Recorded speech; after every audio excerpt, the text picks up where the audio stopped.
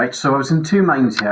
Part of me was thinking I'll give you some instructions on how to do this from scratch. So a full set of instructions on how to make a Pac-Man game, and then I'd let you add your own twists once you've made it. However, thinking about the tasks that you've already done to prepare, I think you've got enough information and knowledge to be able to make this game anyway. So I'm going to give you the chance to have a go at this. If it turns out that it's too difficult, which I don't think it will be for you, to be honest, then I will produce some more detailed instructions. But I don't think you're going to need them. And the reason for that is you have already learned how to do these things. So you know how to move a character and change their speed. So you should be able to make a Pac-Man. And the bits you might want to add to that is maybe getting them to animate and look like he's chomping and changing direction as he moves. I think you'll be able to work those things out for yourself. You've already worked out how to get collectibles to work and change your score based on those collectibles, which is one of the things Pac-Man does. So you don't need any more information on that. It's just a case of putting that together with your character. And you've already learned how to make a simple ghost AI, so an artificially intelligent ghost that will go around a maze on their own. So again, you can add that to your maze with your character and your collectibles.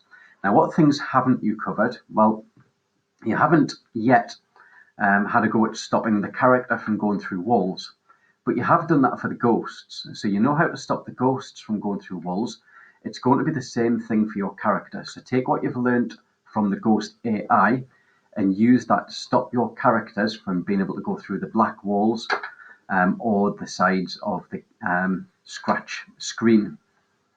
The other thing that you haven't done, which I think is very difficult, is getting the ghosts to go through openings. So where there's not a wall to redirect them and there's just an opening, it's very difficult to make the ghosts go through that opening. That bit I am going to give you some help with in the tutorial. So you'll find that on the lesson slides or the class blog.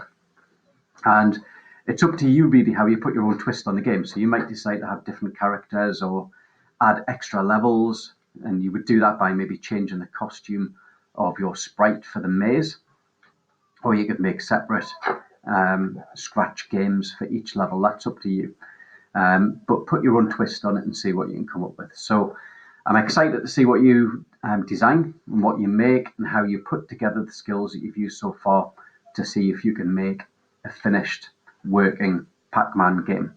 And if you find it frustrating or get stuck, don't worry, that's normal. Be perseverant and keep trying. Obviously, ask each other for help, ask your teacher for help, and we'll do what we can to help you get through any problems that you might have. Good luck.